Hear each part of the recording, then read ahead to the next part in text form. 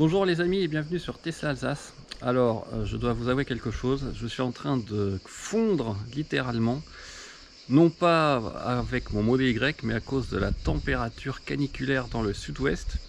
Et je pensais que c'était une bonne idée de tester, puisque j'ai réussi à faire marcher la protection de surchauffe de l'habitacle, qui vous permet de garder une température décente dans la voiture, en dessous de 40 degrés, en mettant tout simplement la fonction marche et pas sans air conditionné, sachant que j'ai pas la 2022.20, j'ai encore la 2022.16. Et toute la question c'est 1. Est-ce que ça consomme beaucoup? Et 2. Est-ce que c'est vraiment utile? Écoutez, on va essayer de répondre ça dans cette vidéo. Alors tout d'abord, on va regarder sur Scan Tesla quelle est la consommation de la voiture à l'arrêt et sans protection de surchauffe enclenchée. Donc là actuellement, écoutez, pas compliqué, je viens de fermer les portes à 27 kW, donc 270 watts. À savoir que la voiture, je pense, ne s'est pas mise en veille encore, donc ça vous donne une petite idée de ce que consomme la voiture quand elle n'est pas en veille.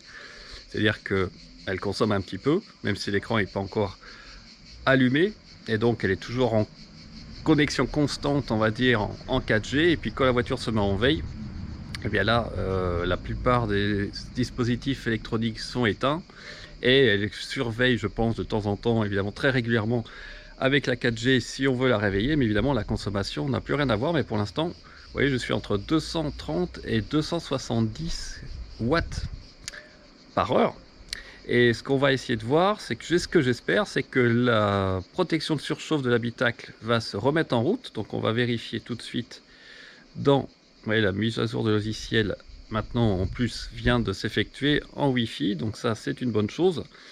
Et en théorie, si je vais dans ventilation, j'ai bien la protection de surchauffe de l'habitacle qui est mise. Alors je vais l'enlever. Le sans air conditionné ne fonctionnait pas. Ça c'est clair, peut-être parce qu'il faisait trop chaud. Donc peut-être que la voiture considérait que ça ne servait à rien. J'ai bien ouvert la voiture, je me suis en mode drive, j'avançais un peu. J'ai remis le mode parking, donc en théorie je n'ai pas le problème des 12 heures consécutives. C'est logique d'ailleurs cette histoire des 12 heures, puisqu'ils considèrent que ça doit protéger la voiture pendant la journée, et pendant la nuit, il n'y a aucun intérêt à garder, sauf s'il commence à faire plus de 40 degrés la nuit. Honnêtement, on a du souci à se faire pour notre pauvre planète. Donc, au bout de 12 heures, on va dire de 7 heures du matin à 7 heures le soir, maximum, la voiture va rester en protection de surchauffe. Maintenant, écoutez, on va voir si la protection de surchauffe se met en marche. Si ce n'est pas le cas, bien, je vous dirai simplement combien je consommais en pourcentage depuis ce matin, d'environ 9 heures. Je pense que j'ai eu le message à partir de l'heure à partir de laquelle la protection de surchauffe s'est mise en route, jusqu'à maintenant, c'est à peu près 15h30 où j'ai arrêté la protection de surchauffe. Et je vais vous dire combien j'ai consommé. Vous allez voir que c'est quand même pas négligeable. Alors les amis, la mise à jour s'est faite en fait, la 2022.20, on en parlera plus tard. Et j'ai la protection anti-surchauffe qui remarche, on l'entend bien.